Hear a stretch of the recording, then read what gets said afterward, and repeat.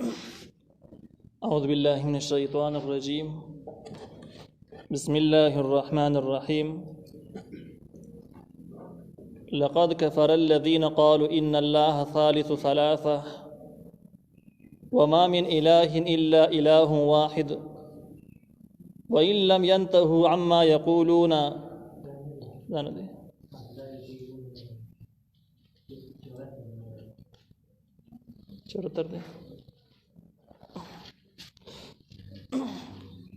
وإن لم ينتهوا عما يقولون ليمسن الذين كفروا منهم عذاب أليم. سورة المائدة 73 نمبر آیات. په دې ځای کې د عیسایانو دویم عقیده ذکر کیږي. عیسایانو کې غټ ډلې مخکې موږ ویلې وې چې درې ډلې وي. د یوې نوم یعقوبیه او د دویم نوم نستوریه او د دریم نوم ملکانیه و. دا د عیسایانو درې ډلې وي غټې غټې. دا نو د کې بیا ګڼ ګروپونه نور جوړ شوي وو، غټه سطحه باندې درې وي. د دوه ډلو عقیده مخکې ذکر شو. هغوی ویل چې الله او عیسی علیه السلام دا یو شی دی، دې کې فرق نشته. اوس د درېیمې ډلې د ملکاني عقیده ذکر کېږي چې هغوی به داسې ویل چې الله تعالی درېیم د دریونه دی.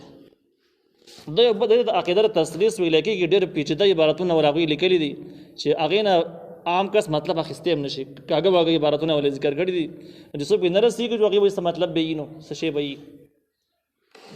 تثلیث عقیده دوی داسې جوړه کړې وه. دوی ویل درې څیزونه دي. یو ته پلاروالی ویلی کېږي، دویم ته زویوالی ویلی کېږي، دریم ته روح ویلی کېږي. دا درې واړه چې راجمع شي نو دې ته اله وایي، او چې ځان له شي نو تقسیم شي نو بیا جدا جدا د عبادت لایق وګرځېږي. چې رایوځای شي نو بیا د اله ته جوړ شي. د دې مثال داسې دی د دوی په عقیده کې لکه نور دی. د نور سره درې څیزونه دي. یو د نور په خپله باندې یو ککوړی غونته کې شی دی. دویم د دې سره رڼا وسه د شعاګانې. درېیم سره ګرمایش دی. دا درې واړه چې راجمع کړي دې ته نور وایي. نو دوی ویل دقه صفت الله تعالی دی. الله تعالی کې یو صفت د پلاروالی و، یو د زویوالي و، دریم د روح. زویوالی چې هغه عیسی علیه السلام ته منتقل شو، پلاروالی الله تعالی ته پاتې شو، او دغه شان ته کې دریم پکې روح دی. نو ویل په دې طریقه باندې درې خدایان جوړ شو. الله تعالی د هغې عقیده ذکر کوي. بیا د هغې هغه رد کوي او وایي وما من اله الا اله واحد. نشته دی بل خدای مگر یو. وما من اله نشته دی لایق د عبادت الا اله واحد مگر یو معبود دی، یعنی یو الله تعالی دی، ډېر نه دي. او چې دغه تثلیث پکې جوړ کړي بیا درې کېږي. او د دې دا شرک دی. یو نه باره خدایان منل دا شرک دی. دلته کې لنډ ردې دا وشو چې لایق د عبادت یو الله تعالی دی، نور څه پکې نشته. دغه زویوالی او پلاروالی او روح او دغه خبرې پکې رضا دي، د دې حیثیت نشته. دویم وإن لم ينتهوا عما يقولون ليمسن الذين كفروا منهم عذاب أليم. دغه خلکو د پاره تخویب دی چې که تاسو منې نه شوئ، وإن لم ينتهوا که دوی منې نه شو عما د هغه خبرونه یقولونه چې دوی وایي. دوی داسې وایي چې دا د دریو صفتونه راوځای شوي دي، د هغې نه یو اله جوړ شوی دی او بیا بیرته تقسیم شوي دي، بیا بیل شوي دي. د یو نه عیسی علیه السلام جوړ شوی دی، یو نه مریم علیه السلام جوړ شوی ده، د بلې نه الله جوړ شوی دی. ویل داسې خبرې کوي، دومره د کفر خبرې کوي. نو که دوی د دغه نارواو نه منې نه شو لیمسن الذین کفروا منهم عذاب علیم. خامخا به ورسېږي هغه کسانو ته چې کفرو چې کافران دي. کفرو کې د ټکي ته اشاره شوله چې اصل ځان انجیل ته منسوب کوي، واسې د عیسی علیه السلام نوم دی یادوي، خو دا خلک کافران دي. په دې عقیده باندې کافران شوي دي. اوس انجیل ته ځان منسوب کول او عیسی علیه السلام ته منسوب کول دا څه فایده نه کوي، کافران دي. نو دې کافرانو ته به ورسېږي عذاب علیم، عذاب دردناک. دردناک عذاب چې کوم دی دا عذاب عظیم نه لوی. قرآن کې دوه قسم عذابونه ذکر کېږي، یو عذاب عظیم دی، یو عذاب علیم دی. د کوم خلکو چې اسلام ته ضرر سیوای نه غي د لپاره عذاب علیم ذکر کیږي، کوم چې ضرر کمی دغه د لپاره عظیم ذکر کیږي. د کوم خلکو چې ځان نقیدی جوړی کړی دي، تلبیس یې کړل، مسائل ګډ وډ کړی دي، منافقت یې کړی دی، نو هغه انجام چې کله ذکر کیږي نو عذاب علیم، دردناک عذاب به ورلای. او چې کوم کافران دي، سوچ کافران دي، ښکارا واضح خلک یې پیژني، خلک ځان ساتي، نو دغه ضرر کم دی. چې ضرر یې کم دی دغه د لپاره عذاب عظیم راځي. دی عذاب عظیم او عذاب علیم کې فرق دا دی چې عذاب عظیم هم لوی عذاب ته ویل کېږي، خطرناک عذاب دی، خدا کم دی د عذاب علیم نه. په دې شان سره چې کافران به الله تعالی جهنم ته واچي، په لمبو کې به سوځېږي، خو دغه عذاب به په غوښه باندې. او په دې وجه باندې په ځینو روایاتو کې دا شته دی چې جهنمي ته په یو سکند کې 80 سرمنې بدلېږي، دې دپاره سزا صحیح وسکي. نو معلومیږي دا چې دا لمبې به په دې غوښه باندې خورې شوي، غوښه به دې سېځي. او کوم چې د ضرر خطرناک دی، منافقان دي، تلبیس والا خلک دي، دغه شان ناجایز عقیدې جوړې کړي دي، خورې کړي دي، د دې ضرر ډېر زیات دی. په وجه باندې ډېر خلک ګمراه کېږي، بېلارې کېږي او ډېره بېایماني جوړېږي. نو د دغې خلکو دپاره عذاب علیم دی چې د ظاهري لمبو نه علاوه به دننه په دې هډوکو کې هم وربلیږي، اما به جهنم په لمبو کې پټي نور کافرانو به شانته کې، خو د دې سره سره به د هډوکي په دې منځ کې به وربلیږي. او د هډوکي والا سزا ډېره سخته وي د وخت د سزا نه. د دې واضح مثال دا دی چې د کله د انسان هډوکی ولګي نو ډېر تکلیف وته بړه باندې خړه وړي، چې کله غوښه ولګي نو تکلیف ورته یي، خو د هډوکي په نسبت باندې لږ کمی ورته. نو دې دپاره تخویف اخروي شو چې په آخرت کې په قیامت کې به یې جهنم ته الله واچي او د هډوکو په منځ کې به ورسره هم وربلیږي، نور ور نه علاوه به په منځ کې هم وربلیږي. افلا یتوبون الی الله ویستغفرونه، دا ترغیب د توبې ته چې کفر ډېر زیات دی، جرم یې ډېر زیات کړی دی، خو اوس هم دوی سره موقع شته چې توبه وباسي. او توبه ولې نه وباسي؟ افلا یتوبون، دوی ولې توبه نه وباسي الی الله، الله ته دغه ناجایزونو توبه ولې نه وباسي چې جهنم ته به ځان اچوي؟ ویستغفرونه، چې بخښنه وغواړي د الله تعالی نه. اول توبه وباسي، به دې کار پښیمانه شي، او په خوله باندې استغفار ووایي، بخښنه وغواړي. نو ترغیب شو د دې خبرې چې لوی نه لوی جرم هم په توبې سره او په استغفار سره الله تعالی معاف کوي. والله غفور حلیم، الله تعالی بخښونکی او رحم کوونکی دی.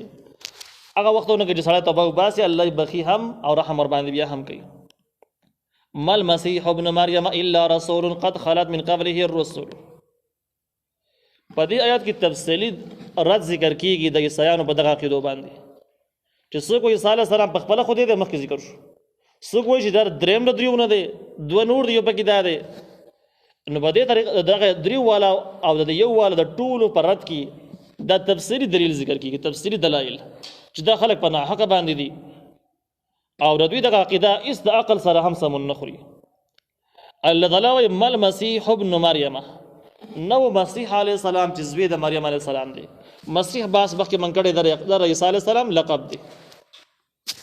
دغه مسیح علیه السلام چې زوی د مریم علیه السلام دی دا نو الا رسول، مگر یو پیغمبر د نور پیغمبرانو په شان کې.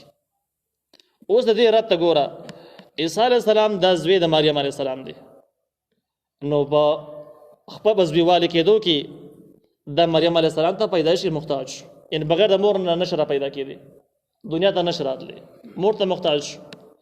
او خود د خدای صفت دا چې هغه چاته محتاج نه وي. په سورت اخلاص کې به وروسته راشي چې الله تعالی د هېچا محتاج نه دی.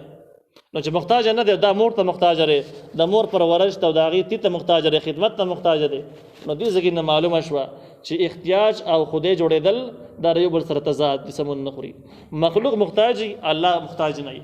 دا چې مور ته محتاج شوی دی نو معلومېږي دا چې دا مخلوق دی، دا اله نه دی، خدای نه دی. نو په دې ابن مریم کې یو رد په خبره باندې وشو. دویم الا رسول، مگر پیغمبر و. عیسی علیه السلام صرف پیغمبر و، د دې نه خو د خدایي صفت یې نه و. په دې رسولونو کې هم دوه قسمه رد په دې باندې وشو، ځکه رسول پیغمبر شي نو پیغمبر خدای نشي کېدی او خدای پیغمبر نه. دې دوه کې فرق دی. پیغمبر رسول اصل کې هغه چاته ویل کېږي چې د الٰه پیغام یې راوړی او مخلوق ته یې اوري. نو چې پیغام یې راوړی د الٰه پیغام مخلوق ته اوري نو معلومیږي د جواب مخلوق یې کنه.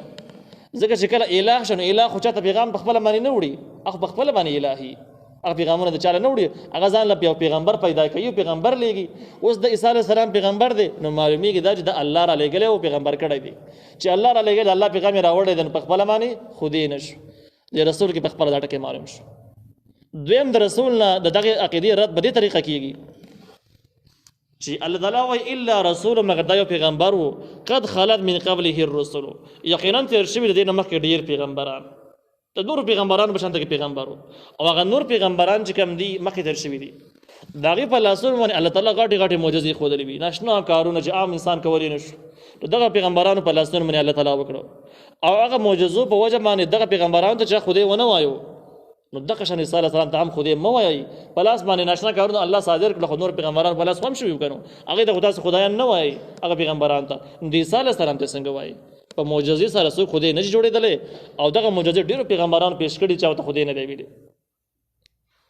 دویم رد په دې طریقه باندې شو چې مخکې د دې نه ډېر پیغمبران تېر شوي دي، او هغه ډېر پیغمبران چې کوم تېر شوي دي هغه وفات شوي دي. قد خلت تېر شوي دي څه مطلب؟ یعنې وفات شوي دي، اوس دنیا کې نشته. نو عیسی علیه السلام هم دغه شان پیغمبر دی، دا به وفات کېږي، دنیا نه به ځي. او کم کس باندې چې مرګ راځي هغه خدای نشي کېدی، په خدای باندې مرګ نه وي. اله وایي دې ته چې هغې دپاره ابتدا او انتها نه، د انسان د عقل نه ورق وخیسه ده. نو چې ابتدا او انتها ول مرګ ولا نه راځي، نو معلومیږي دا چې هغه به الهي، او چې مرګ ولا راغی دا به مخلوقي، دا به اله نه. نو عیسی علیه السلام د نور پیغمبرانو شان د پیغمبر دی، او د مده باندې به ټیک مرګ راځي او پات کېږي. به چې کله وفات پرې راغی نو تاسو ته به ښکاره به دې نه معلومه شوله چې دا اله نه و، دا مخلوق. و امه صدیقه، او د عیسی علیه السلام مور رښتونې زنانه وه. صدیقتون کې دې خبرې ته اشاره ده چې ډېره دینداره بزرګه ښځه تېره شوې ده، ډېره دینداره ښځه وه، ډېره لویه مرتبه یې لرله، لوی حیثیت یې لرو، یعنې د بزرګۍ هغه صفتونه به دې کې موجود وو. د مریم علیه السلام کرامات مخکې تېر شوي دي. په سورة انعام کې د هغې باس تېر شوی دی چې هغې به داسې هغې له به خوراکونه راتله، تیار خوراکونه به راتلل، او داسې یو جګه بېموسمه به راتلل. زکریا علیه السلام هغه لیدلي وو، داسې ډېر کرامات ذکر شوي دي، مخکې باس تېر شوی دی. نو هغې واقع ته اشاره شوه چې عیسی علیه السلام مور هم د لویې مرتبې والا زنانه ده. خو صدیقتون کې دې خبرې ته اشاره شوله چې اله خدای نه و، بلکې نیکه ښځه وه، خدای نه وه. ځکه چې دینداري او خدایتوب دې کې فرق دی. دینداري ته ویل کېږي د الله تعالی بندګي به کوي، چې د الله بندګي کوي نو خو ته به اله نه یې، ځکه به د الله تعالی بندګي کوي. او چې کله ته اله شوې نو بیا خو ته باندې بندګي نشته دی، بیا ته خو بیا به نور مخلوق ستا عبادت کوي. نو چې صدیقتون کې دا خبره معلومه شوه چې عیسی علیه السلام مور دا یوه نیکه زنانه وه، خو د خدای صفت یې نه لرو. بلې صدیقتون کې دې خبرې ته هم اشاره ده چې ګوره دې ځای کې د عیسی علیه السلام ذکر چې کله کېده نو الا رسول، در پیغمبر ذکر ورسره وشو چې د پیغمبر و. خو د مریم علیه السلام د ذکر سره صدیقتون راغی او رسولتون ورسره رانغی چې پیغمبرۍ ذکر ورسره ونه شو. د دې خبرې نه دا مسله معلومه شوله چې مریم علیه السلام پیغمبره نه وه، اگر چې د ځینې خلکو عقیده داسې شته دی چې وایي مریم علیه السلام ته الله تعالی پیغمبري ورکړې وه، خو دا خبره صحیح نه ده. په دې باندې تقریبا ابوالحسن اشعري رحمه الله په دې باندې اجماع نقل کړې ده چې پیغمبران په نارینهو کې به زنانو کې نه، او د قرآن آیاتونه هم په دې باندې شواهد شته دی چې دا پیغمبر وحی صرف نارینهو ته کېږي، زنانو ته نه ده شوي. نو په دې ځای کې دغه عقیدې هغه نور تایید معلومیږي د اهل سنت والجماعت او د ابوالحسن اشعري د رای هغه زیات مضبوطوالی معلومیږي چې مریم علیه السلام بزرګ دیندار عالمه زنانه وه او پیغمبري الله نه ده ورکړي. دا منصب د نارینهو دی، د زنانو نه دی. کان یاکلان الطعام، او دا دواړه د عیسی علیه السلام او د مور یاکلان الطعام چې خوړي خوراک، یعنی خوراک ته محتاج، او خوراک چې څوک خوراک ته محتاج دا صفت د مخلوقي، دا مخلوق ځکه خوراک ته محتاج. اگر چې څوک خوراک نه کوي نو لازمه دا نه ده چې هغه د خدای شي، ځکه فرشتي خوراک نه کوي، خو خدای نه دي. خو دا خوراک چې کوي نو دا د کمزورۍ مضبوط دلیل دی، کلک دلیل دی چې دا کمزوری مخلوق دی، ډېر زیات محتاج مخلوق دی. ځکه چې خوراک هم کوي، کله چې انسان خوراک کوي نو هغه ډېر څه ته محتاج وي، هغه مزدوریانو ته محتاج وي، هغه څاروو ته محتاج وي، د هغوی نه سوده کوي، د هغوی نه غوښې خوري، هغه ساتي، اخلي یې، ډېر احتیاجونه په دې باندې راځي. نو د یاکلان طعام کې دې خبرې ته اشاره شوله چې د اله صفت دا ده چې د هېچا محتاج به نه، او دوی خوراک هم که خوراک ته پسې هم محتاج وو. نو معلومېږي دا چې ښکاره په ښکاره باندې مخلوق وو، د خدای علامات پکې نشته دی.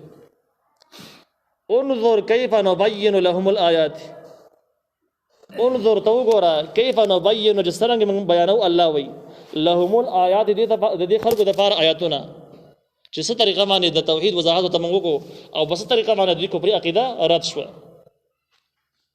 بیا الله وی ثم انظر بیا وګوره ان يؤفكون چې دې چرته وړي دومره ښکاره دلایل نو وروسته دوی بیا چېرته روان دي قرآن باندې عمل کوي که نه بل طرف ته روان دي نو ښکاره خبره ده چې دوی بل طرف ته روان دي قرآن باندې عمل نه کوي نو وایي د دوی په جهالت باندې دوی په ضد باندې تعجب دی چې دوی دومره واضحه دلایل نو وروسته بیا هم حق خبرې ته رانل بس